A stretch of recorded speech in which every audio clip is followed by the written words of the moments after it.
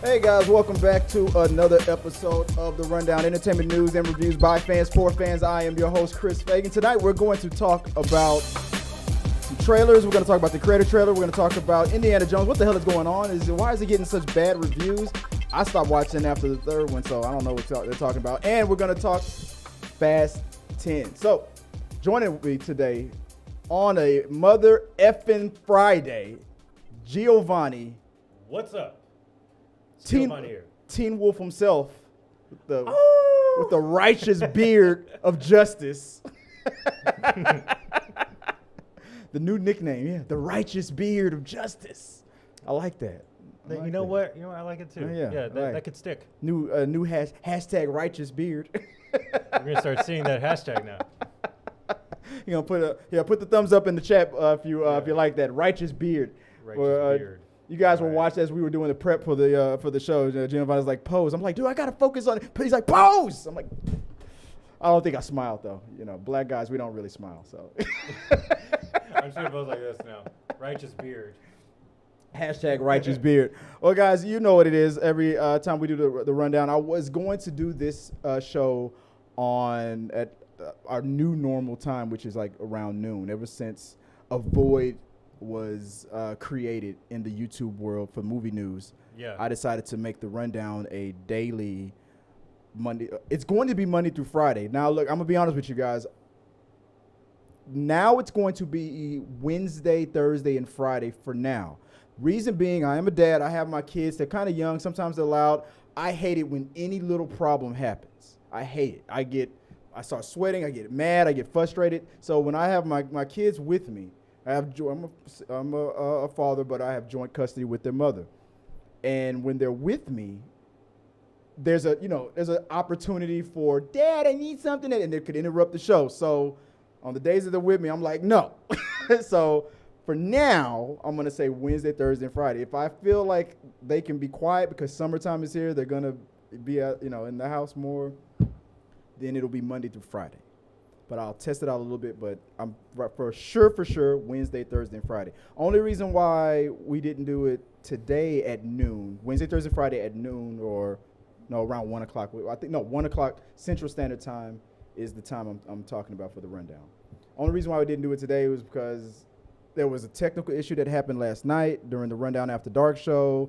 I fixed that shit and got it all squared away. But be aware, Monday through Friday is what I'm aiming for a daily rundown show.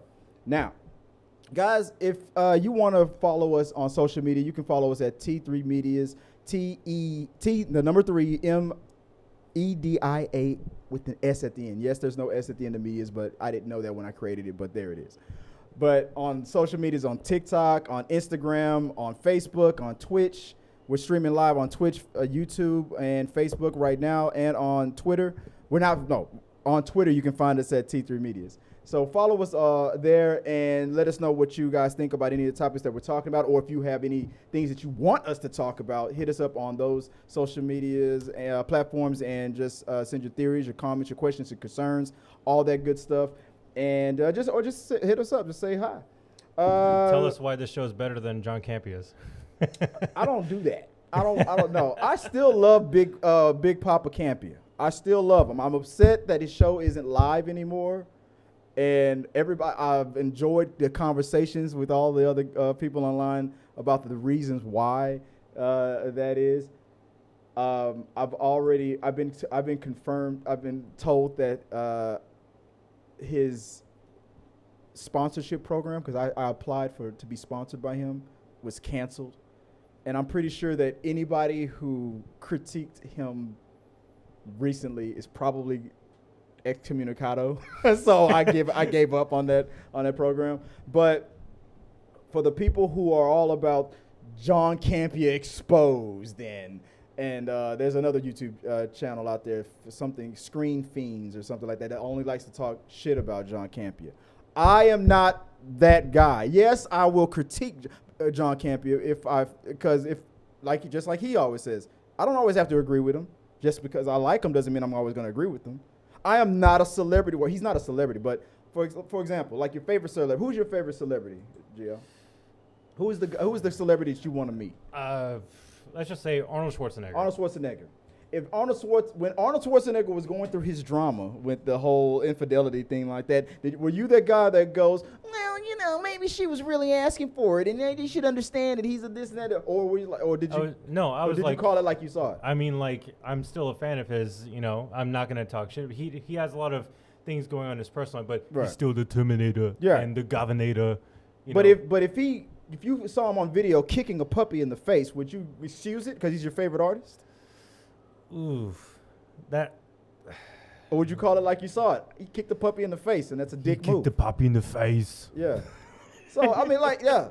So if John Campea does something that I don't agree with, I'm going to call it like I see it. But that doesn't mean that I hate or I'm going to expose. No. So all those exposed sites and stuff, like, no, I'm not that. Anyway, this isn't about John Campea. Why am I always talking about John Campea? Anyway, guys, if you want to become a supporter of our channel, hit us up on Patreon, which is where we're going to have our exclusives and our YouTube memberships. That's where you get our exclusive videos as well.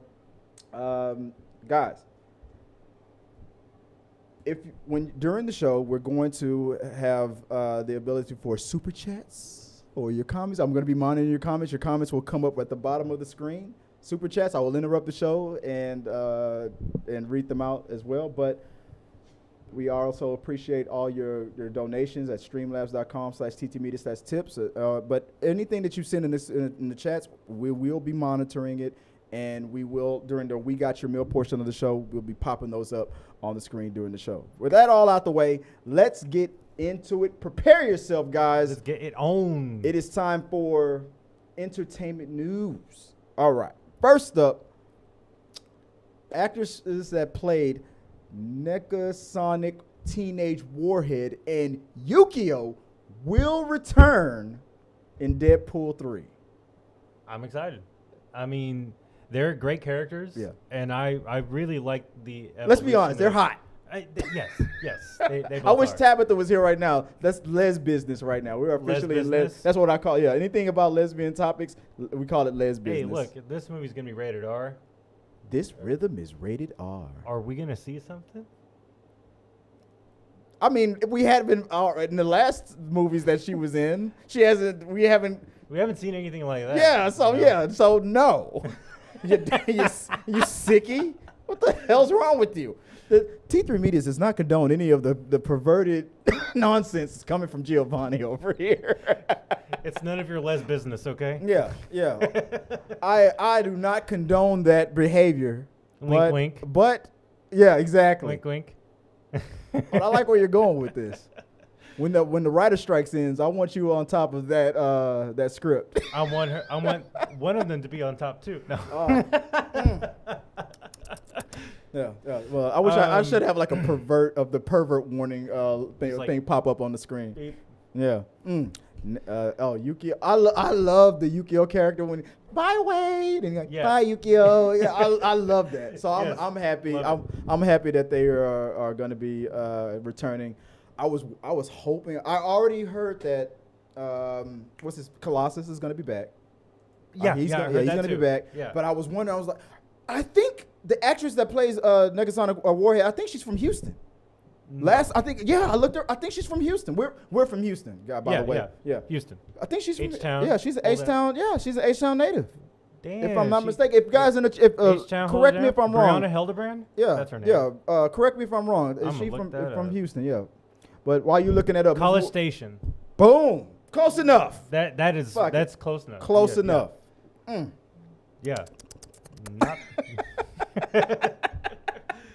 All right. Next up, Priscilla Presley requests to be buried next to her husband in Graceland, and that was denied. What are your thoughts on that? Because I know you were a fan of the Elvis movie. When I saw this news, I'm like, you gave a pretty good review for the Elvis movie. Yeah. I liked it, but I wasn't as hyped as this guy was. So I'm like, to further bust your Elvis bubble, Mrs. Presley herself, I just want to know. She was still married to him when he died, technically. Maybe they were separated, maybe not. But she was still technically. But you do know that there's been drama since, his passing, like with his daughter. Like he left it all to his daughter. and all that rift and all that stuff that was going on. There's been a lot of drama between his late daughter and his wife. So this for her to be she's like beefing, I guess, with the estate. What do you think about that? I mean, like when you the amount of money that has been generated, even from the movie, like, so he left his money to his daughter, not to his wife. From what I remember, yeah, it was pretty much his daughter was the one that it was. I'm sure she had. No, first, and correct me in the chats if I'm wrong. First, I believe it bypassed his wife and went to his mama. First, his mom, because even from the movie, there was a deep connection with his mom. I think first his mom was more in charge of everything over her, which kind of is weird. But maybe because because it was almost like they was pretty much separated when he was in Vegas and whatnot. She didn't complain much about what he was doing, but they were still married. But she was still, they were still technically married. But I think if I remember the story correctly, it was first it went to his mama, then when his mom died, fell to the daughter. To Elvis's daughter, totally just bypassing Priscilla, and she's been kind of upset about that, So the latest request was, can I be buried next to my late my husband Elvis? The estate said no. Here's why. Elvis is already buried in between his mom and his dad, and next to, I believe, his mom or dad is his daughter. For Priscilla to be buried next to Elvis, they would have to unearth his mom or dad, move them somewhere else, and then bury Priscilla there. The estate said no. They didn't even hesitate to say no. They're like, hell no. Now I know a little bit more about the story behind it. Yeah. What do you think? Was it wrong? I think it is a little selfish of Priscilla, because there's already their relationship was kind of rocky at the end, yeah. And he's buried in between both of his parents. That you would want, but to dig up a grave. But if you want to be biblical about it, you're a grown man. He was still technically married to his wife. But if it all depends for me, because I am divorced and remarried. It all depends on the issues and the problems that they were probably having. So if that was his wishes to be buried with his mom, there was probably a reason behind it. So if that was his wishes, I say, stick. The estate is right. Stick with those wishes, even though she was technically still married to him when he died, technically. But if that was his wishes, I say stick with that. What do you think? I don't think I think that the estate is right on this part. And the fact that Priscilla was having problems with and then she wasn't even given part of the I understand why she's upset, and then I also understand why the estate said no. So I kind of side with the estate on this one. I do too. Yeah. I mean, she'll be all right. I mean, she'll just be dead somewhere else. I mean, she's already trying to sue her daughter, the estate for the money that she feel like she's owed and all that stuff. She was all kinds of drama between her and the estate, between her and her daughter and all that. What is that? Anything in the chats about? What am I missing? Michael William Birchfield says he's part of the Campia Exodus. When we were talking about welcome in. Priscilla ran the estate for Lisa Mary when she was a child. Priscilla ran the estate for Lisa Marie when she and correct me if I'm wrong, Michael. Then then his daughter ran it, right? Because I remember there was stories about there being disagreements with the daughter and Priscilla, and because I believe his daughter had more control over the estate than Priscilla did. So correct me if I'm wrong, but I think that's what was going on. But anyway, besides all that, let us know what you guys think about that, and let's move on to the next topic. We'll come back to it. There's news on a new movie called The Killer's Game, starring Dave Bautista. Added to this cast, we have Ice Cube, Jason Statham, and newly added to the Killer's Game cast, Ben Kingsley and Sofia Boutella, who's in another movie with Bautista about like this. I think it was like I forgot what that movie was called. But she was in The Kingsman. She was the girl with the Kingsman too. She was the girl with the legs. What's her name? and the mummy, swords for legs. I love her.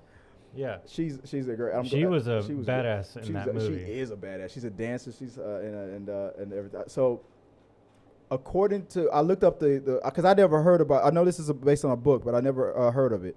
I looked it up. It's about like a world of assassins, and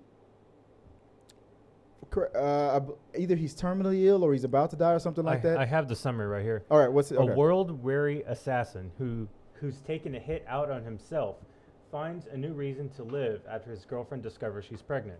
Together, they race across Europe, trying to outrun his would-be killers. Yeah, he puts a hit out on himself for some reason, and now that the hit has been activated. Now, now he wants to live, and it's an action comedy. So he put this in motion because he didn't want to just kill himself. I think it was something about him being like either terminally ill or for some reason he wanted to take himself out, but he was too afraid to do it himself. So he put a hit out on himself, and now all these killers are coming after him, and now he has a reason to live. Dude, I'm all for this. Yeah, this is like what's happening with John Wick. Without the, he's not doing it to himself. It's just but the whole world is coming against him. So I feel I like, and the fact that it's a comedy, I'm all for it. I'm getting like Kingsman vibes from this too, because Kingsman had all those like really brutal action scenes, but it was also kind of funny.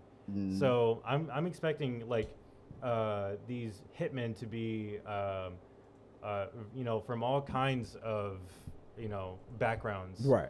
Anyone who's trying to kill this guy, and you know what? I'm all for it. The Killer's Game sounds like a great time. Let me move this around because the director is J.J. Perry. There we go. Who's he?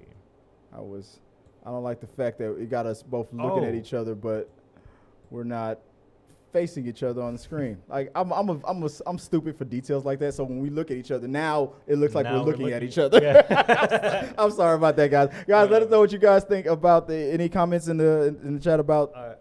The director of that movie did stunts for John Wick, Fate of the Furious, Avatar. I think we're in good hands with that. Okay. Kyle Lorenzo, yes.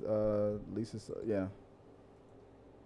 About the last topic we were talking about, Lisa Marie, yes, but Lisa sold the EPE. It's from Calderin, yes. They just released a statement that there is no beef.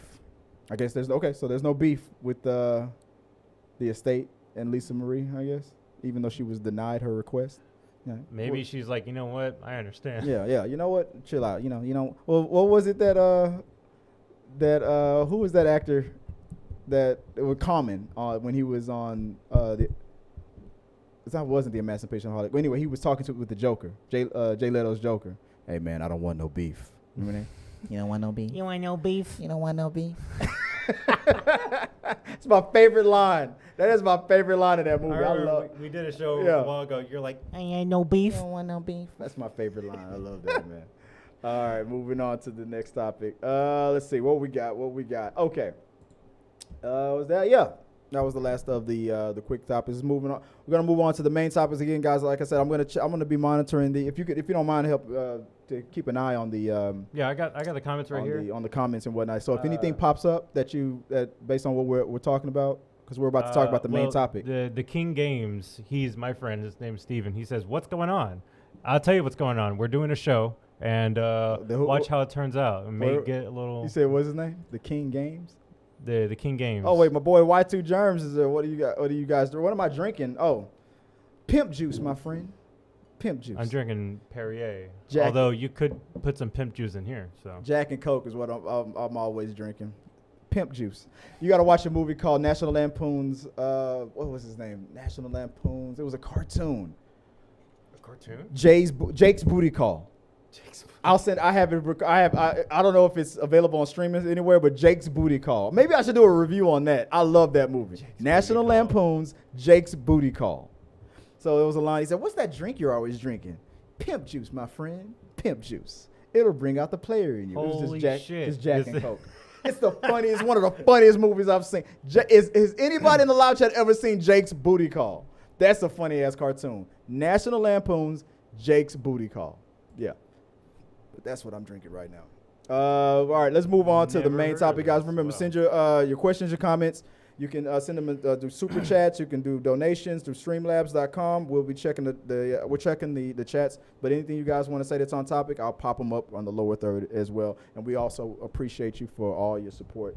Let's move on to the main topic of the day. Indiana Jones, Part 5. It's not officially out yet, but It will be in a month. they had some screenings. What was that? The Cannes Film Festival. Yeah. That they screened it, and the reviews are not good. Are you on Rotten Tomatoes? Can you tell me as of right now what the reviews are showing? Okay. Let me look that up real quick. Jones 'Cause last time I looked, Destiny. It was at what 45, Right 48. now, Rotten Tomatoes has that at 50%. Oh, it jumped up. Now it's at 50, but it's still technically rotten. What is it? It is still rotten. Yes. It's still technically And, rotten. I think to get fresh, I think you have to be above is it 60 or 70? I can't remember. I have to look that up too. But we're gonna go over what the reviews are saying later. Yeah. But You want me to start looking at the rotten ones or the fresh ones? oh man, I'll pull them all up and Okay. whatnot. But I put up a poll before we started the show, and it's already up. I voted on that too.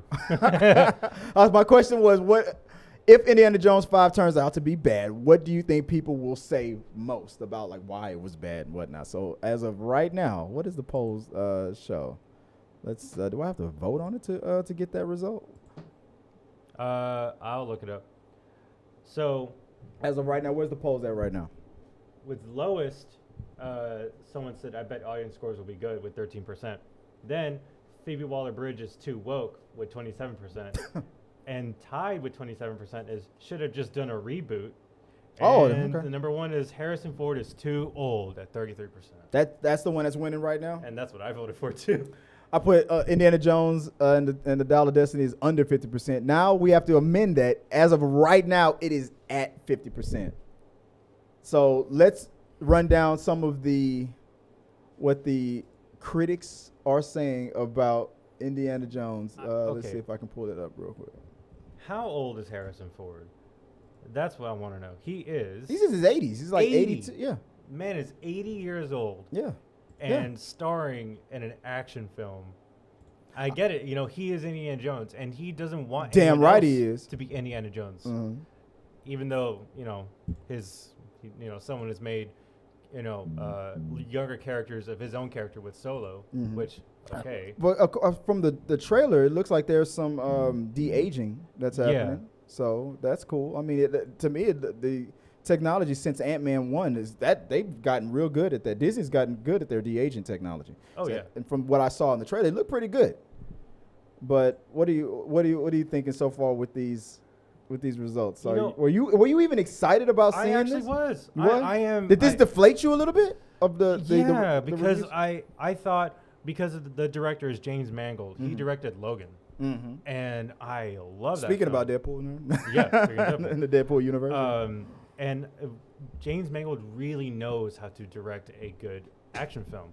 And I thought, he's doing Indiana Jones. I have faith in him. I think he can do it. But now after hearing a lot of, these mixed reviews, I'm like, Oh, there's John Campy. Speaking of it, yeah. Mixed reviews. it's 100% mixed now, 50-50. Yeah. It deflates you a little bit. It does. And It looks like somebody just ran over your dog. so someone even said, "Oh, it makes Kingdom of the Crystal Skull look kind of good." I'm like, "What?" What? I Yeah. hated that movie. And I'm still in this situation. I have still never seen the first two Indiana Jones movies. The first Indiana Jones movie and for a long time, the only Indiana Jones movie I ever saw was 3. Well- I started with 3, then I watched the TV series, then I saw 4. I still have not gone back to watch the first 2. I know that's black. You guys in the chat, hit me up in the chat, light me up. I'm a loser, I'm a dumbass, whatever you got. I guess I will be doing a first time watching on this channel. Do you know they're all going to be on Disney Plus on May 31st? Okay. Yeah. Gives me an All the opportunity to watch Indiana it. Jones, it's going to be so easier for, fans to watch Yeah. on May 31st on Disney Plus. So you Okay. can watch all the Indiana Jones. Someone who hasn't caught up on it like you Mhm. could catch up on it before a new one comes out. Right. So, but also, I'm pretty sure I hope that this new one is it's good, but after hearing a lot of people saying that it's just Harrison Ford is just too old, and it's kind of sad that he's doing this movie. I'm not surprised Michael Birchfield, he's already lighting me up. What the F? Yeah. Never seen the first two Indiana Jones. The Indiana Jones 3 was the first time. Well, Indiana Jones 3 is the best one. I've if never not even seen the first two, and I already know that was the best like, one. I love The Last awesome. Crusade. What about Raiders of the Lost Ark? You didn't like Raiders of the Lost Ark? No, I'm just saying like you because you haven't seen it. I haven't seen it. The third one, then the first one, then the second one, then the fourth one. And I hope that the fifth one is better than at least the fourth one, because They introduced aliens in Kingdom of the Crystal Skull. Yeah. And it was just like, And people think they're going to introduce time travel in this next one. well, it's like they with this movie they're just showing like flashbacks of, this is what Indy did, back when he was, a young adult. Now he's 80 years old. Yeah. But it was like some kind of mission that some kind of treasure that he was looking for back in the day that he never got, and now it looks like he's getting a second chance at it, something like that. Yeah. And even the other cast, like Phoebe Waller-Bridge, she's a great actress. I liked her in Fleabag, but she like right there is what's popping up. Yeah. She, like, people are thinking that she is the one who's is ruining this movie. One person specifically said, feminist Phoebe Waller-Bridge. I guess it was she made it too woke. I knew the word woke was gonna come up. Like the second the negative reviews came in, look, they're blaming Kathleen Kennedy. They're blaming Philip Waller-Bridge. Now, I loved her in Fleabag, but I haven't seen it yet. So, am I going to enjoy her comedy style in a action adventure movie? Maybe. I don't know. I haven't seen it yet. I think you need to just watch the other films so you can understand what the themes. Yeah, the Jones comedy is. In the ones that I've seen, the two that I've seen, it would fit. But this new modern generation where everybody's so tribal about everything. It's either, with everything being woke or go broke now, which is to me a dumbass statement, because Avatar is one of the most woke, quote unquote woke movies in the world, and it's the #1 movie of all time. And that's that's themes about Native Americans and being about the earth, pro your environment. Yeah, but environmentalists and stuff. It's the most proper. So it doesn't always go broke, guys. Chill out. But I get it. It rhymes, so it's cool. But it rhymes. But it's also James Cameron. He can do whatever. Yeah, he we don't wants. want. Yeah, You did Titanic. So James Cameron can go woke, and he'll still make $2 billion. He's the new Michael Bay. It's about the motherfucking money. I even going woke make some motherfucking money. But some of the things that people were saying on the Rotten Tomatoes scores. Let me pull them up real quick. I got him right here. Yeah, I got them here too as well. So I was gonna pull it. All right. First that I got right here. So starting with, let me refresh it. Maybe something new came in. I don't know. Let me start over. Scroll down. Here we go. From the little snippet that Donald Clark said, he didn't give it a fresh. He gave it a fresh. It counts. It counts as a sort of compliment to say that James Mangold's film, until a gleeful, absurd ending, plays like just another episode in a creaky, unpretentious romp. David Flair, who gave it a rotten score, says there are needs being met here, but there aren't storytelling based ones. So as stoking the fan base and meeting the bottom line. Let me pull that up. Maybe because it only gives a little blurb of what they said. No, never mind. I got some right here. What do you got? What's the next one? The de-aging and other CGI. Which from Esther Zuckerman. The de-aging and other CGI manipulations of Ford's body only serve to demonstrate that Dial of Destiny just wants to turn back the clock instead of doing anything new. I mean, the one thing about Indiana Jones is that you want to see Indiana Jones fight the Nazis. And when he now fought it's the like- Russians in the last one, people Yeah. got upset. I think now it's with the Vietnam War. I think. Yeah, now we're in the Vietnam War, and the Dial of Destiny, and with it being the theme of going back to the past. I mean, there's now that he's pretty much fighting the Nazis again. So all the ingredients of an Indiana Jones is there. It's just that So what the hell happened? Harrison Ford is getting old. Well, he is old. Yeah. Steve Pond said, if this is the final Indiana Jones movie, as it most likely will be, it's nice to see that they stuck the landing. Okay, so Steve Pond from the Rap says they stuck the landing. That's his opinion. And But Stephanie Zachary from Time Magazine said there are so many case sequences that the movie seems held together with slender bits of plot rather than the other way around. Worst yet, they're so heavily CGI'd that they come off as grimly dutiful rather than thrilling or delightful. So she didn't like. I guess she didn't like the de-aging, or maybe when she also said CGI, maybe is there too much CGI special effects going on around with this dial? Just from the trailers, I saw there was a lot of chase sequences. Mhm. Like there's a chase when there's like a parade going on, Yeah. and then there's a chase on the train. Yeah. There's a chase with cars, and there's a chase on planes. So it's Fast and Furious and Indiana Jones. and whips. Exactly. So let's look at some positive ones. Sim said from Bilge Abiri, the damn thing is fun. Mangold may not have the young Spielberg's musical flair for extravagant action choreography, who does, but he is a tougher, leaner director using a tighter frame and keeping his camera close. Right.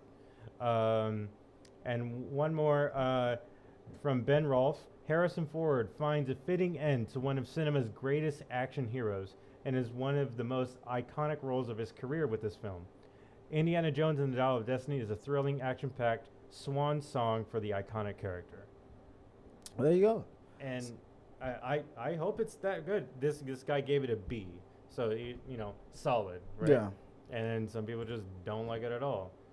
I mean, and someone said it's sad and a safe ending for the series that once prided itself on big escapades and larger-than-life emotions.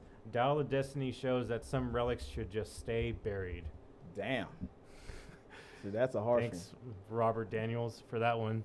So I think what I'm getting of this is the same thing. I know this is completely different, but Jackass Forever. speaking of Indiana Jones, Speaking of people who are too old to do this shit, Jackass Forever, and these guys are way too old to be hurting themselves on camera, even though they're about 50 years old. Harrison Ford's 80. This dude should be just, eating his oatmeal and chilling at home and watching The Price is Right. right. So, I mean, it is Harrison Ford, and he is, he has some of the greatest roles in entertainment history. Yeah, and he's more passionate about Indiana Jones than he was for Han Solo. Yeah. So, did he? I wonder if he made the same request for Han Solo, like as long as we kill him in the end. Well, he tried to, but George Lucas didn't let him. Yeah. Until For Han or for Indy? For Han, I know for Han. For Han, yeah. Yeah. George Lucas didn't let him get killed off in Empire Strikes Back or Return of the Jedi. It was until J.J. Abrams took over he's that he like, finally hey, got his can wish. you kill off my I'll character? come He goes, back yeah. if you kill me off. Yeah, sure, I'll kill you. Tired of talking to that damn Wookiee, I guess. Just got to pay me $80 million or some shit. Yeah, right. Cash and Coyote says Indiana Jones has 8 reviews. Chill out with that clickbait title, brother. 8 people isn't terrible reviews. Oh, well, Crash and Coyote. It's like 27 reviews. Yeah. I never said that it was every critic in the world. No. I said the review people who saw my the clickbait title, Mr. Coyote, is based on the Rotten Tomato critics that put their reviews up on Rotten Tomatoes. And when I created that thumbnail, it was at 45%, and I amended it when we saw that it ticked up. Yeah. By the end of this episode, it might be certified fresh for all we know. it might be fresh. I also believe that there's a big chance that the audience score, like that's what happens lately. If there's a low happens score on the often. critic, Yeah. It doesn't happen as often as people like to believe. 9 times out of 10, critics and audience scores are more aligned than we think. But when we notice a big shift, we really notice it, and that's all we talk about. So when it's a situation like this, where or it might be like this, where the audience score might be like 89% or 98%, and the critic score is 50 or 48 or whatever, then it's like, oh my God, the critics don't know what the hell they're talking about. Well, but if you I look can at give you a good example. what you the got? Super Mario Bros. Movie. Yeah. Look at this. Look at this right here. But do I 59%. agree with that? Because when I first saw Super Mario Brothers, I didn't like it. I fell asleep. But on my second watch, and I was like, okay, I was just tired. So maybe those 27 critics, or the 8 critics according to Coyote, maybe they were just tired. Yeah, maybe they were sleeping. They were sleeping. They're like, I gotta go watch this damn Indiana Jones movie. Why they screening this movie at 4 o'clock in the morning? It sucked, you know? You're like, should I go back and watch it? Nah. And then another guy's like, I'll go back and watch it. Like, hey, it's pretty good. Hey, yeah.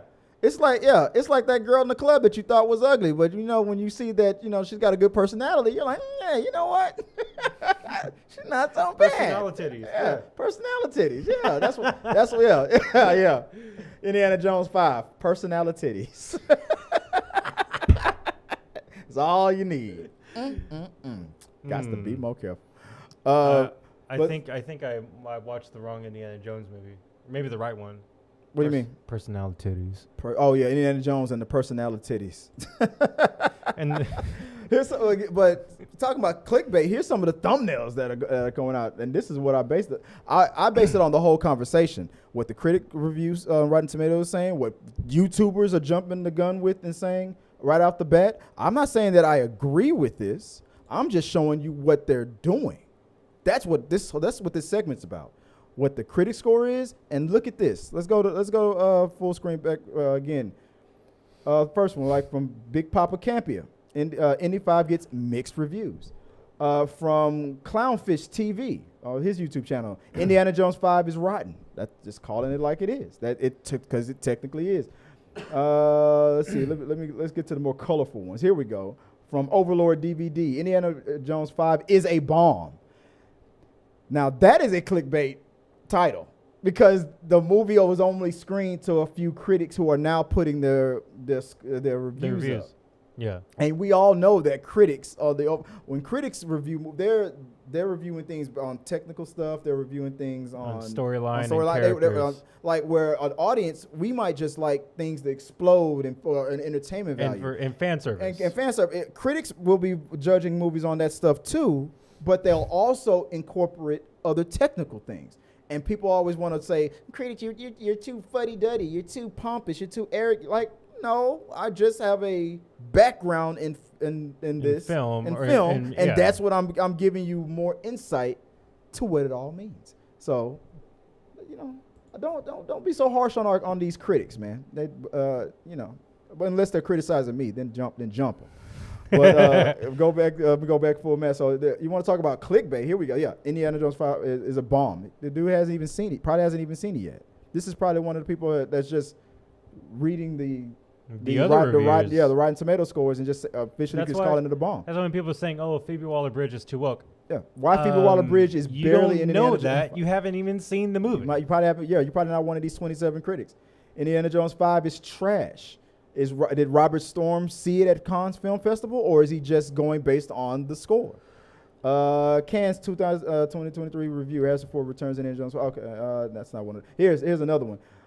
From Yellow Flash, reviews slam feminist Phoebe Waller-Bridge Indiana Jones 5 performance. Another Disney failure. It's not even officially out yet. The audience might give it a 99% audience score for all we know. It may have changed after we were looking. The movie might make $800 million in the box office. How is it already a failure?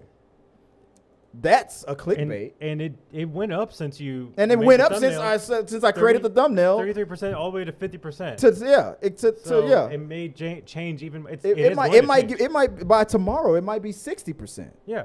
It might be 75. And we don't know. We still have a whole month before the movie even comes out. Yeah, this is all speculation.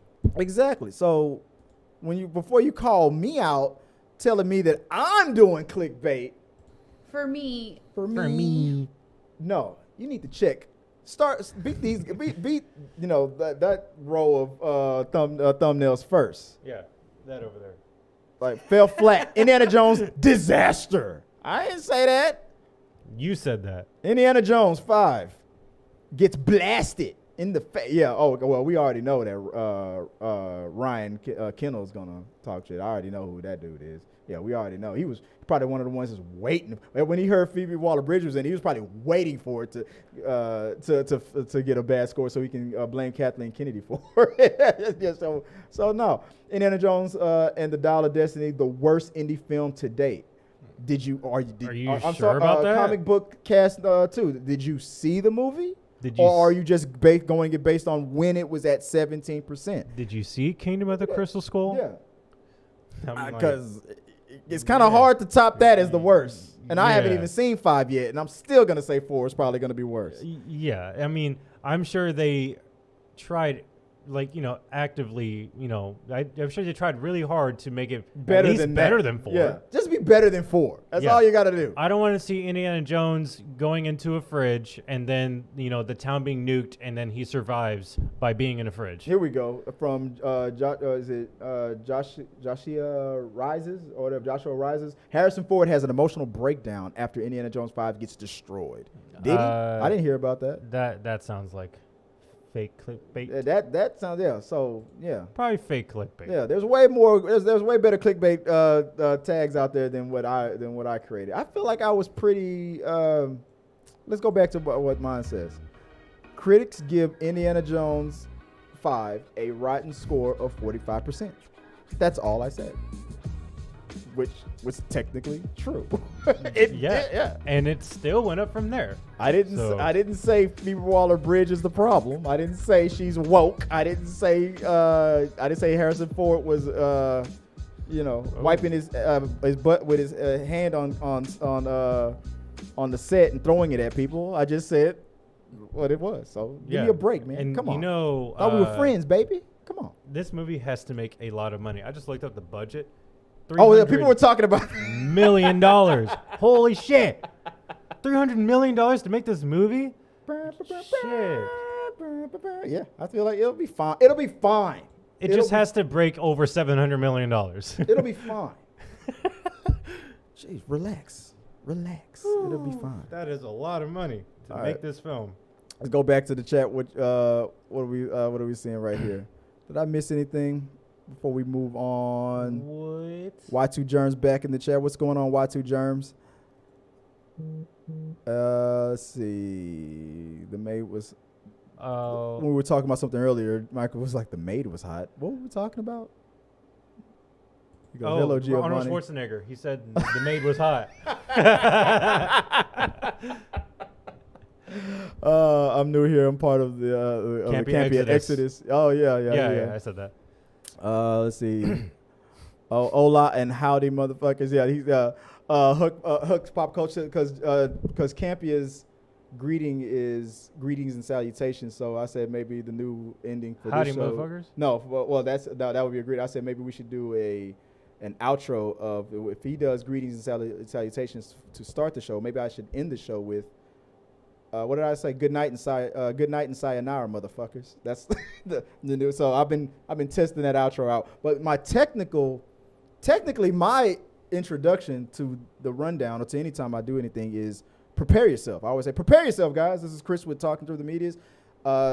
Because my favorite song from The Lion King is Be Prepared. So I'm always telling people, like that. Stay prepared. Prepare yourself at all times. So when I start the show, it's always prepare yourself. But now everybody's pushing me to end the show with good night and sayonara, motherfuckers.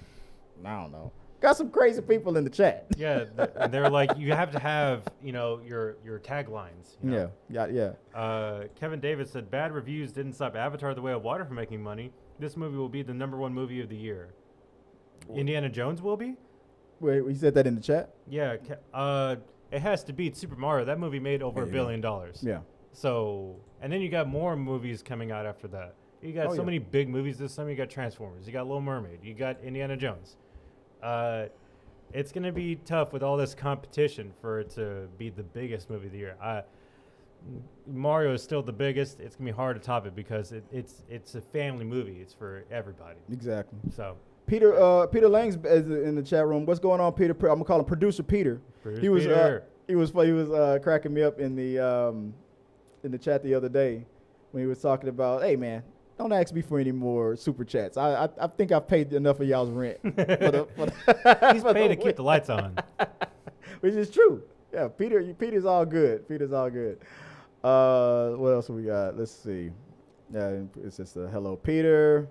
Yeah, Kevin Davis. Bad reviews didn't stop Avatar. Yeah, you mean the wokest movie in the world? Yeah, Avatar, baby. Billions of dollars. I was saying that it wouldn't make Avatar 2 Way of Water wasn't going to cross 1.5 billion. Then the further it got away from the pandemic, I was like, I might lose that bet, and I really lost that bet. Yeah. $2 billion. I said I would be shocked if it got anywhere near 2 billion. And it once again, never bet against James Cameron. Just can't. That dude is a mastermind. Money-making machine. Yeah. He's told and then he's like, hey, before this comes out, let me just bring back Titanic into theaters. Yeah. Y'all watch that. I'm sure it made millions of dollars too. Only person that Mickey Mouse is afraid of, James Cameron. Look, I think people have gotten way out of hand with this nonsense. Yeah. With the whole, is the movie bad because reviews? Because of what's her name? Phoebe Waller-Bridge. Everybody just wants an excuse to say speculation. Yeah, they don't really know. Yeah, people are getting too tribal with this stuff. And also, they don't want to spoil anything, so they can't tell you why really. But they're saying like, "Oh, Harrison Ford is too old. Don't stop beating the dead horse. Mm-hmm. You know, stop milking. You know, the Indiana Jones franchise. Harrison Ford's 80. Yeah, and I don't know.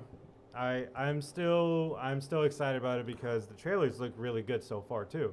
I'm not seeing anything that worries me in the trailers. So, what's the poll at now? Before they're saying now the on the highest is Phoebe Waller-Bridge is too woke at 35%. That's what's winning. Yeah. That's right now. Phoebe. If Indiana Jones 5 turns out to be bad, what do you think people will say most? At 35%, Phoebe Waller-Bridge is woke. Yeah. Hey, you know what? Harrison Ford's too old. 25%. Should have just done a reboot. 20%, and tied at 20% is. I bet the audience score will be good. I'll just bring a hot take. If y'all don't want Phoebe Waller-Bridge, bring back Shia LaBeouf. Oh, boom! I should have bring back Shia LaBeouf. There you go. He is in challenge. You don't like Phoebe Waller-Bridge? Okay, where it go? All right, Shia LaBeouf. Indy's son. I think of the trailer, they probably gonna mention that he has a son. Yeah. I wouldn't be surprised if he's in the end credit or something like that. I doubt they're not going to, because I don't know if you know that Shia LaBeouf talks shit about Steven Spielberg and the whole movie. He's like, yeah, the movie's not that great in interviews. So they found out, they're like, Steven Spielberg was like, you're never going to work with me ever again. Damn. Recast the son. Wait, it was one that I missed. Kevin Davis says Spider-Man in the Spider-Verse will open better domestic box office than first film. It's tracking, yeah. My only concern is Little Mermaid will overshadow it. Spider-Man Across the Spider-Verse I'm gonna see when it comes out. Is tracking to, I think last time I looked it up, we talked about it on the show, like 75 to 80 million. It's tracking to open with like 70 or to 80 million. The first one opened at like 35 million. But if I remember correctly, I said, I think it's tracking. It's tracking pretty big. This one opens on June 1st, and then Little Mermaid comes out next Friday. Ooh, Little Mermaid does not have a lot of time in theaters. It has what? If this comes out. You don't think the Little Mermaid's going to hit a billion? Little Mermaid's going to be it only has 1 week to itself before Spider-Man comes out next week, the week after. That's crazy. And it's going one after another. But we're talking about an animated movie versus a movie that's that's a reboot of another animated movie, but they're both family friendly. They're both family friendly, but the Spider-Man into the Spider-Verse, even though it was well received, still only opened at 35, something around 30-something million, and this one's tracking at 75 to 80 million. Little Mermaid has more of I know it's Spider-Man, but this animated Spider-Man doesn't have the legacy behind it as the Little Mermaid does. I know there's a Spider-Man movies, but mentally I'm separating the Spider-Man movies from this Spider-Man animated movie.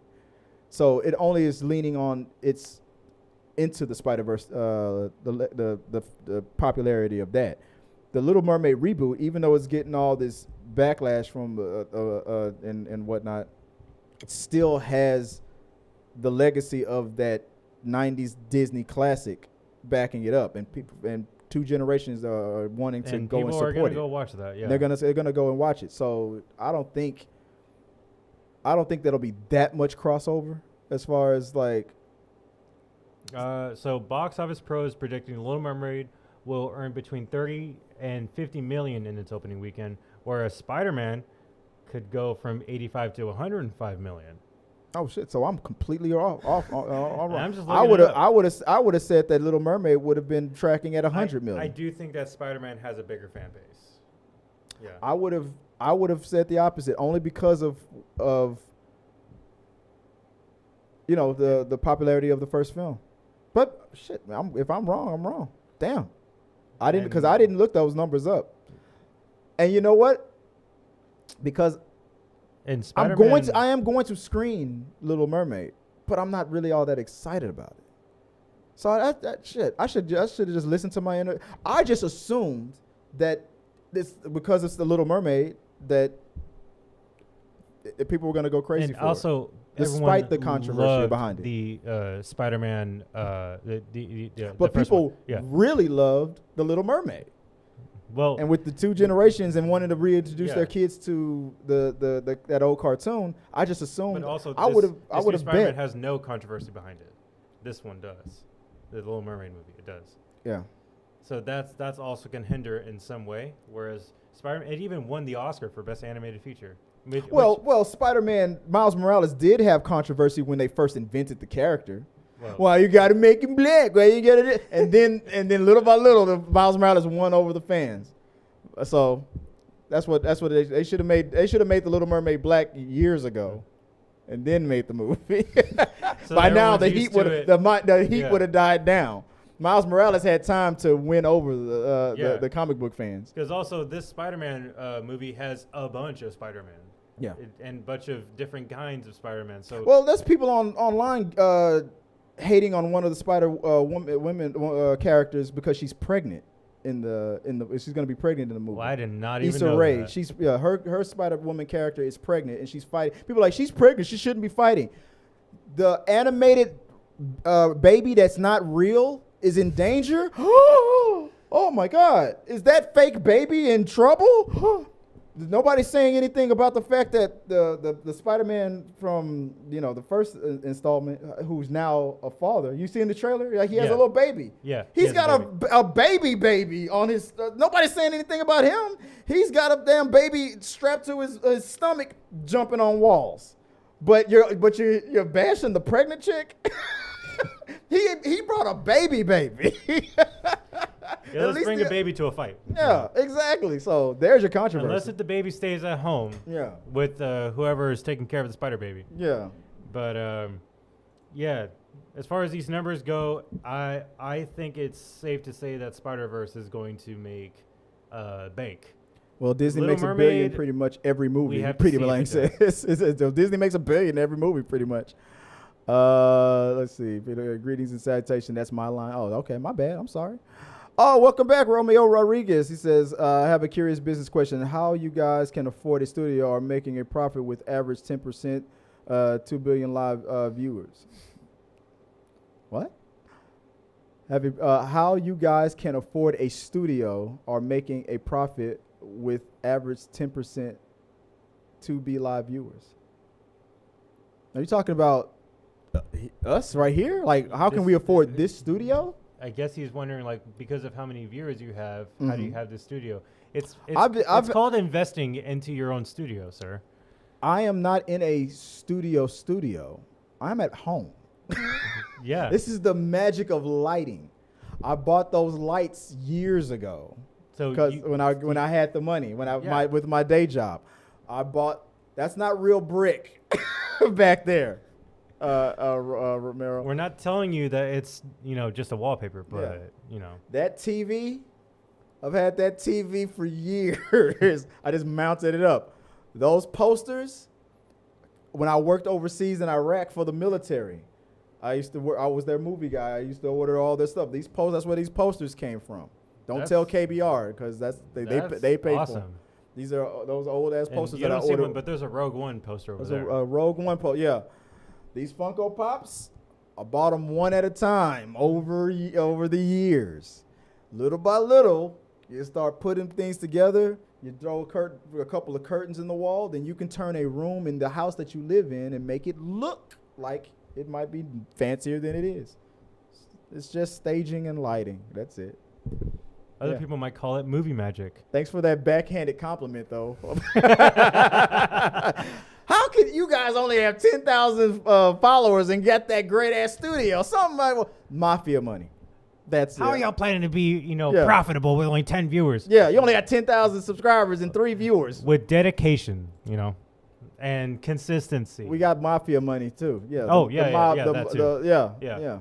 We got people, Tony Soprano is our sponsor. Yeah. We got, people duct taped in the downstairs over there. We got lawyers watching lawyers, so we don't go broke. Don't worry about it. Hey. You're asking too many questions. Forget about it. Don't worry about it. Hey. Forget about it.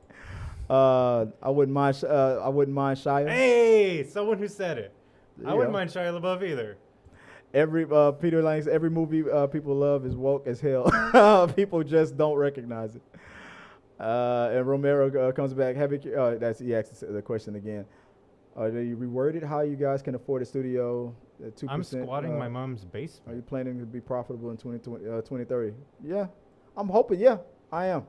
By 2030, this channel will be profitable.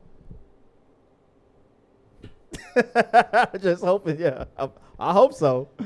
Let's see. Where are you? Where are you at, Romero? I'm squatting in my mom's basement. I'm squatting in my mom's basement. All right. So am I. Let's see. Anything else? We're all caught up? Yeah, so far, so good. Also, Disney Pixar has more Oscars than Jordan has rings. It's true. Very, very true. Yep. Good observation. All right. Yeah, so that's our thoughts on what's going on with the whole Indiana Jones thing. I will check it out. Should I watch the first two before I... Yes, especially because you can watch it literally, because of your Disney Plus. Yeah. When it comes out on May 30th. That's and cool. so it can be, easy, accessible for everyone who hasn't watched them. So talk about a Disney shill over here. This guy here. Well, how much is Disney paying you?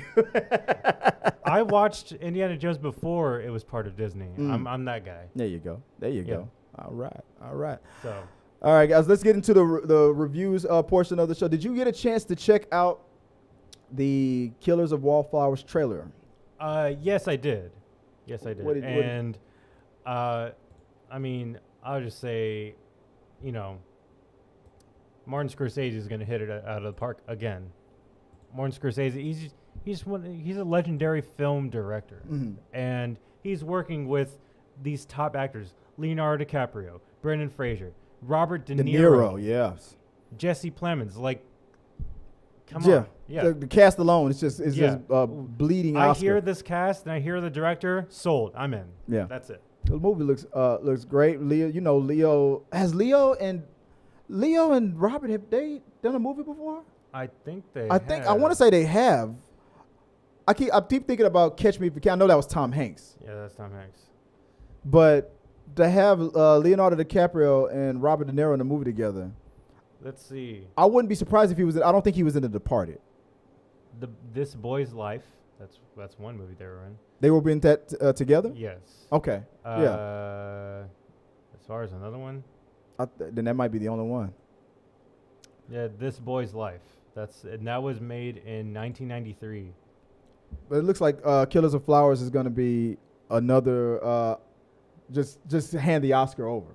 Yeah, type of a movie. Set in the 1920s when the Native Americans were still in the Americas, and Yeah, it looks like. Well, I could read the synopsis right here. Yeah, give me the synopsis. In the 1920s, members of the Osage Native American tribe of the Osage County, Oklahoma, are murdered after oil is found on their land, and the FBI decides to investigate. Yeah, then as the trailer showed, yeah. Oh, and when we find that expensive oil, yeah, this land that we promised you, it's not yours anymore. No, yeah, because that's oil. we told you we were going to leave you alone, but you didn't say you had oil. Mine. Yeah. And what's crazy about these sort of historical movies, not any kind of director can pull off something like that. Only a seasoned director like Martin Scorsese can pull off a movie like this. Yeah, I think he'll handle it well. Leo's playing the same character he was in in Django Unchained. Yeah. And then this is how he got that money. You're watching the trailer and then you're like, is that Brendan Fraser? What? Yeah. Crazy. That's StatCast. Yeah, he's just sitting there. Brendan Fraser is back after his Oscar winner. After his Oscar win, this is the year. I'm glad Martin Scorsese was like, yo, man, I'm glad that I signed him before that Oscar win. Yeah, not to pay him as much. Like, money, please. Yeah, it looks good. What's he going on? was good in The Whale. I still haven't watched it yet. It's a very depressing. Do you think film. Max streaming service combined with Discovery Network will do well domestic? Every time I talk about HBO Max, Discovery never comes up in the conversation. I don't even know anybody who watches the Discovery stuff. What the hell's even on it? I just don't know. I know a lot of documentaries. I know, Discovery Channel stuff. Yeah, I just don't know. I don't. So the answer. I think there's a reason why there's Discovery probably is partnering. There's a reason why Discovery could afford to buy them, and that's what that's where they came from. They're the new owners. But that's a good. The day-to-day conversation, the small circle that I'm with, I'm around, I never talk about Discovery ever. So that's a good question. I don't see a big audience, telling other people, hey, sign up for Discovery Plus. I'm like, what? Why? Yeah, like why? But they did so well with their network that they were able to put themselves in a position where they could afford to buy Warner Brothers. So they must be doing something right. I just never watched. That's just not one thing that I was ever watching. Good question. Let's move on to the next trailer. Is that chick a real native? I don't know. I could check. Well, now I could check the IMDb. Nowadays, because that's one of the things that one of the actresses from Yellowstone is getting dinged for, that she's not being, not that she's not a real Native American. She's from Browning, Montana. That's still America. Yeah. But is she of Native? Is she a indigenous and American descent? Is the question. She graduated at University of Montana with a minor in Native American Studies. It doesn't say. I'm gonna assume maybe she is, but I don't know. We'll find out later. Next trailer. Did you get a chance to check out The Creator? This movie.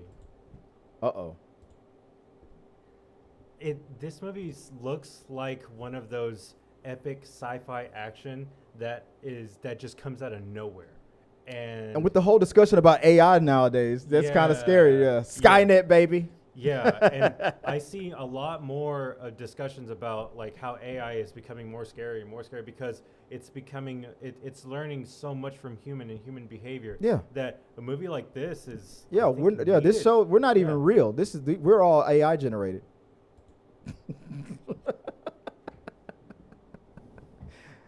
Didn't know that, did you? Insert questions. We talk movie here. You have questions for us?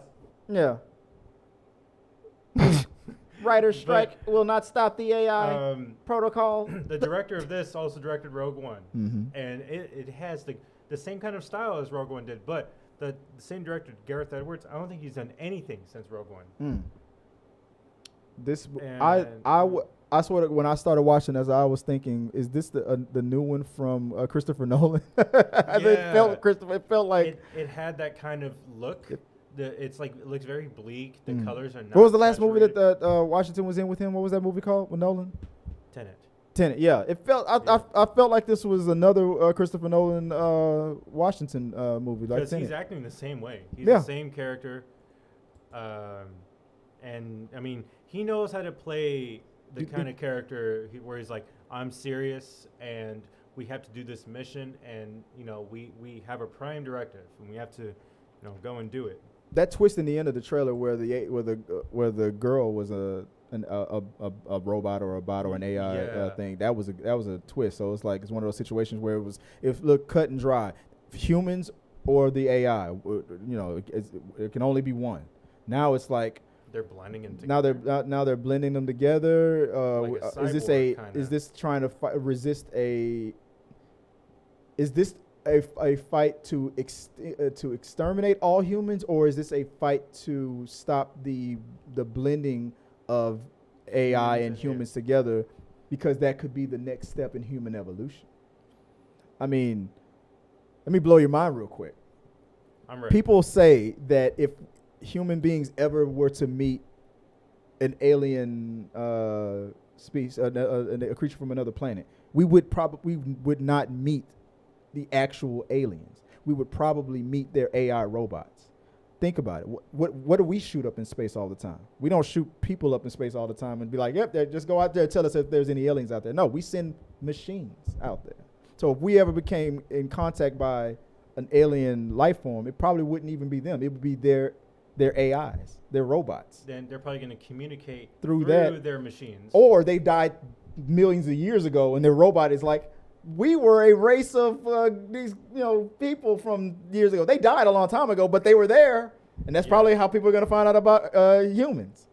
So what way can humans travel the stars and live forever if we evolve and merge with machine? We're already doing it. This tooth isn't real. I'm almost there, man.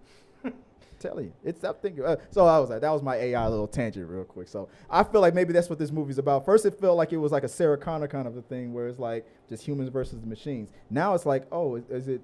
Maybe the machines are just trying to push humans to. No, this is the way we. You guys want to survive. You need to merge with us. If you want humans to live forever, it's the only way. To me, that's what this trailer is about. Starting off when they're young too. Yeah, they're getting them when they're kids. That's how you do it. You get the kids. Yeah, because kids, their mind is like a sponge. Bill Gates put free Windows computers in elementary schools, so we would grow up only used to Windows. You get the kids. That's how you do it. Yeah, We the kids' minds, they're brilliant. Yeah. They have brilliant minds, and for They're- them to expand, We can indoctrinate them with AI intelligence. Yes. Tell them that they are now the master race. Yeah. PC AI Yeah. master race. Exactly.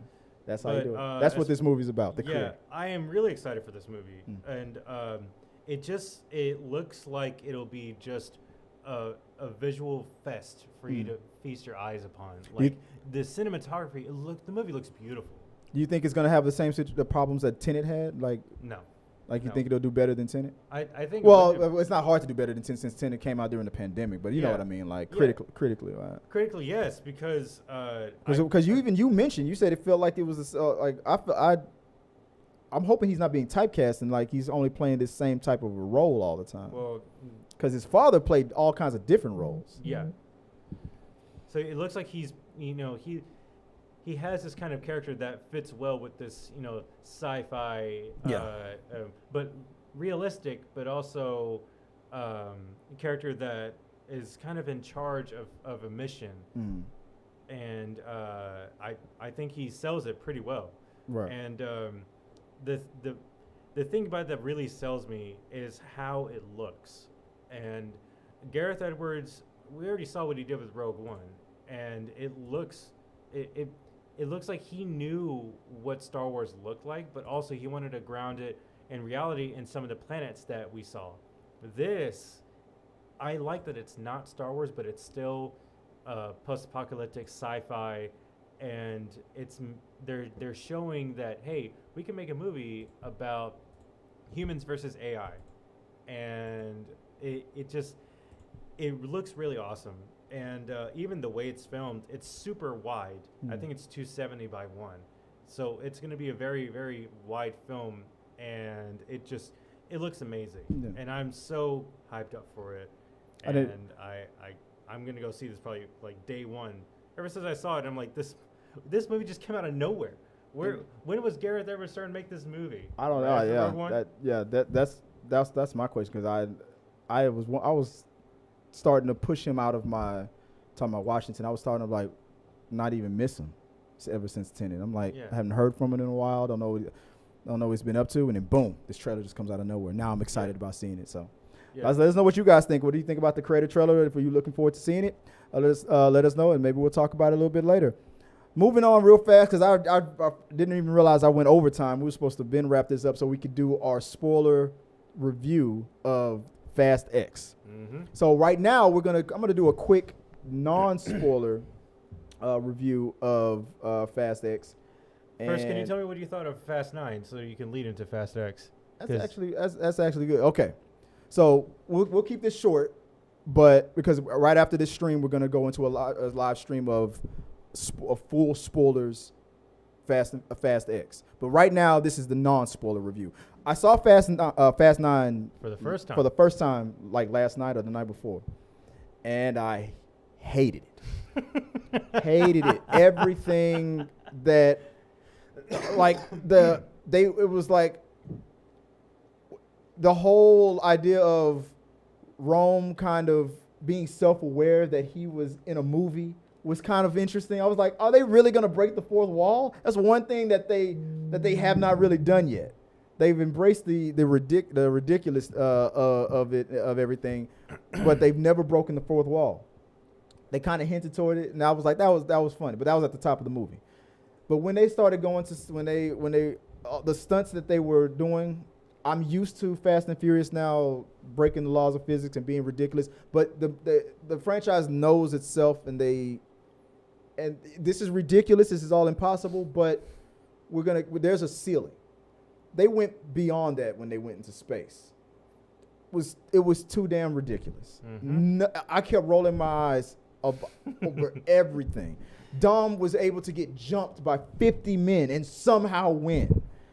Because at first it looked like I was like, I hear the jokes that you put Dominic Toretto up against a dinosaur, Dominic Toretto's gonna win. You know why? His family. Because his family. And that was, but they went this time when it was like, that's kind of unbelievable, but I can see it.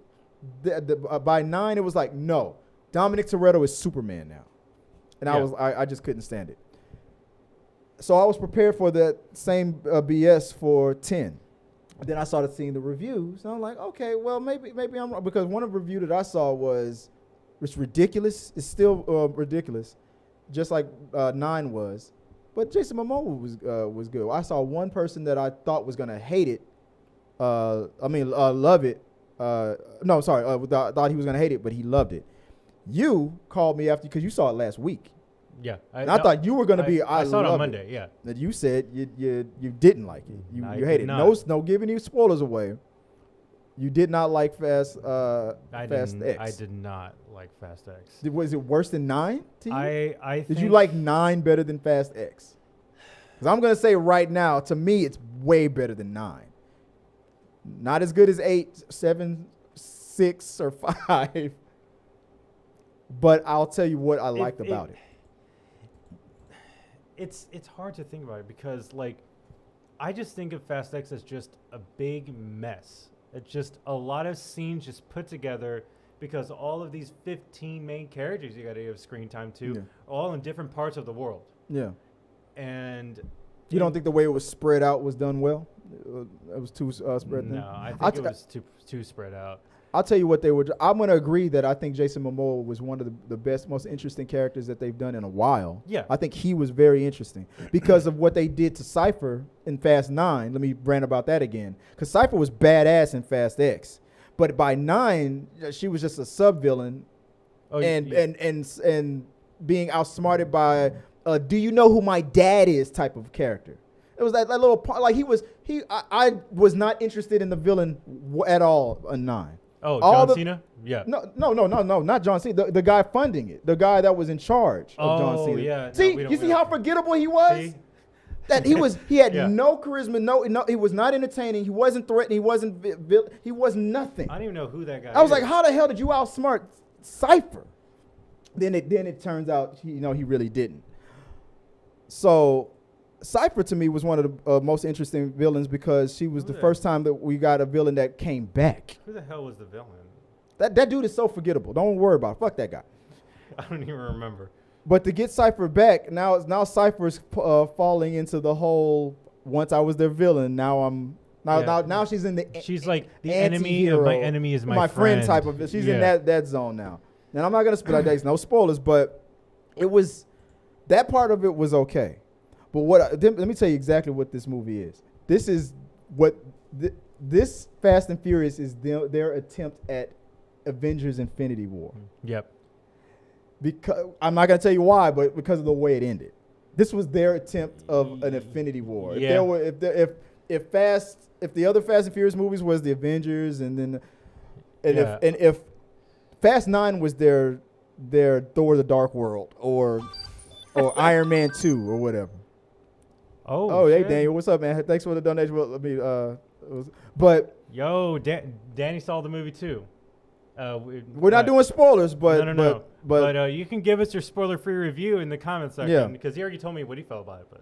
But it reminded me of, this was their attempt at a Avengers Infinity War type of a movie.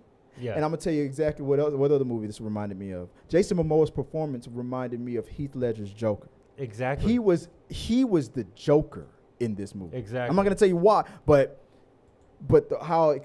it was almost like he was trying to channel that, which after the sucky main villain from 9 was a breath of fresh air, because I felt like every villain brought something unique and new, but the villain from 9 was a downgrade. He was worse than and I like the dude, the guy who plays Rip in Yellowstone, but he was the villain in Too Fast, Too Furious.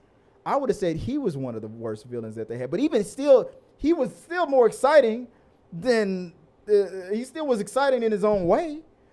But oh my God, that last villain was sucked so bad. I don't even remember it. I can't even remember if he died or not, but I hope he is dead. I never want to see that dude again. He sucked so bad. Cypher was awesome. They tried to neuter her, and I feel like they're redeeming her.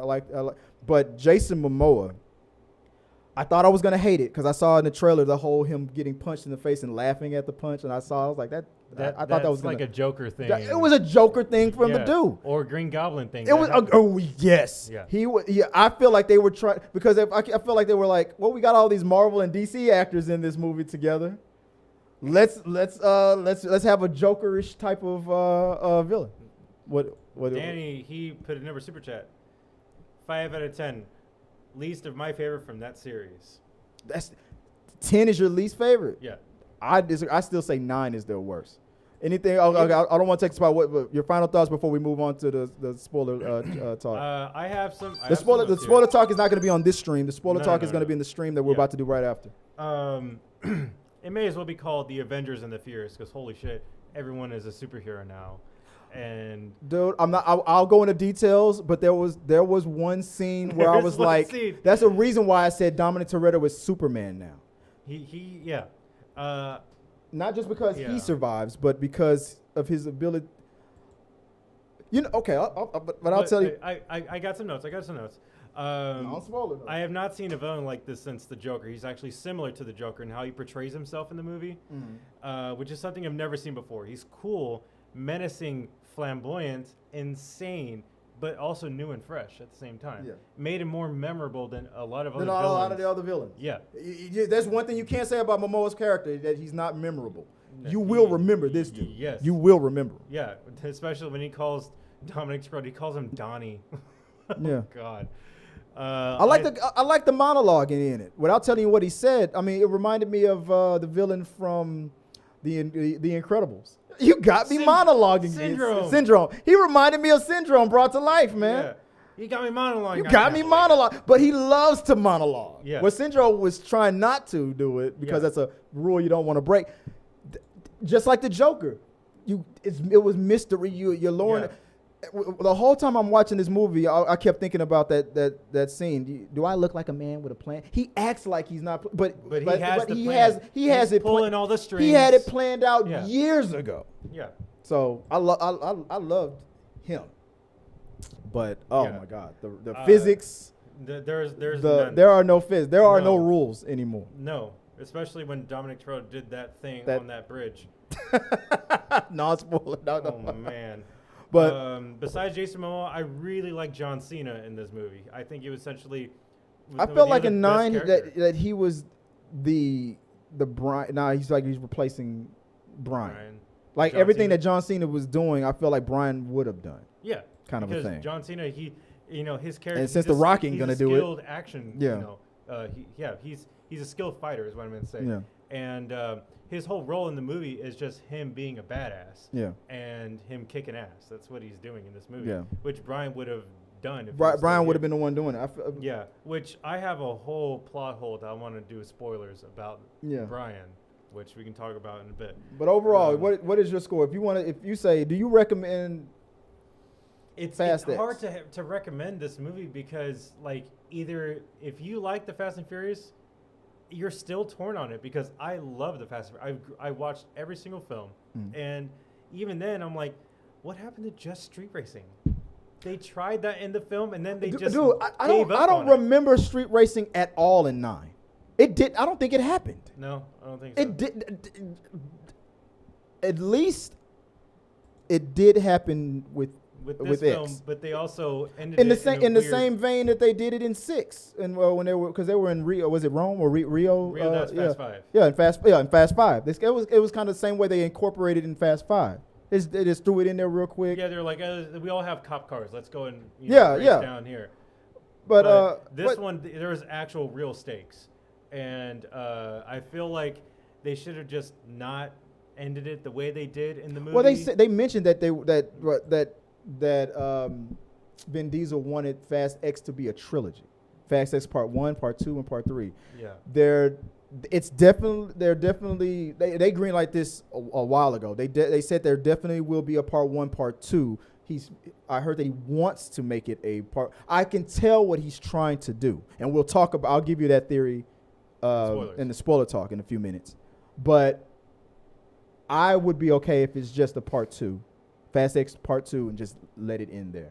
I feel like that. Bungalow. I feel like that's the way it should end. Any final thoughts before we move on to we end the show?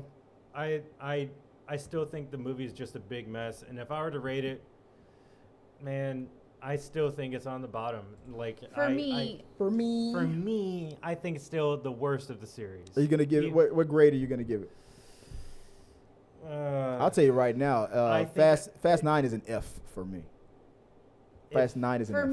For me, I don't think I can give any of them an F. If Fast F for me is like a D, I'm giving Fast X D minus, like almost an F, because there are still entertaining parts of it. Jason Momoa is he's kind of becoming an iconic villain, and just by himself. Yeah, and makes the movie entertaining to watch, even though a lot of this shit doesn't make any sense. They were. I'll tell you what. There was a lot of retconning. It felt like they were retconning while they were filming. Yeah, they're like, you know what? Let's change it. But do you remember Fast 5? Oh no. It's not like that anymore. Yeah, it's like this. Yeah. And honestly, I actually liked the scenes that they inserted in the movie from Fast 5 because, I love Fast 5. That's my favorite in the series. And I got to. It reminded me like what they did with Fast 4, how they, the original new car original parts they were trying to. I like it when they go back and go back. I like that, but it was getting ridiculous, and I'll explain more in the spoiler talk. Yeah. So let's end it off right now. I'll say you gave it a D. Yeah, I gave it a D. I'm gonna say C minus. For now, no, I'll say C. So I guess if we average that out, that is as of now it's gonna be a C minus then. Yeah, if I give it a C, you give it a D. So it's gonna be at a C minus. We'll wait to see what a few more of the panel gives it, and before we give it an official grade. But we're gonna end the show with that. Let's end off the non-spoiler talk. We're not gonna go into spoilers now. That's gonna be a different stream. So let's get into what you guys are talking about. Let's end the show out with we got your mail portion of the show. Anything else that popped up since we started talking? You guys missed 2 super chats. How? Wow, we didn't. No, I put them up. Yeah, that one. That's Daniel says hello, everybody. I put that one up. And then the other one. Yeah, no, I put that one up. Daniel, Yeah. when he said 5 out of 10. Yeah. Fast 10 is a long teaser for Fast XI. What? Well, which would be 11. Yeah. Who said that? Romeo Rodriguez. Fast 10 is a long teaser for. Yeah. You know what? Is it gonna be called Fast 11 or is it gonna be called Fast 10 Part 2? That is a good question. We'll talk about it. We'll talk about it when we start the next stream. Honestly, because of how Fast X ends, I felt like that's it. We're ending it off like this. Well, I didn't even like how it ended. I only heard a couple weeks ago that it was gonna end like a cliffhanger kind of a thing. That they were always meaning it to be a Part 1 and Part 2. But like the way they did it, I'm like, we'll talk about that in a minute.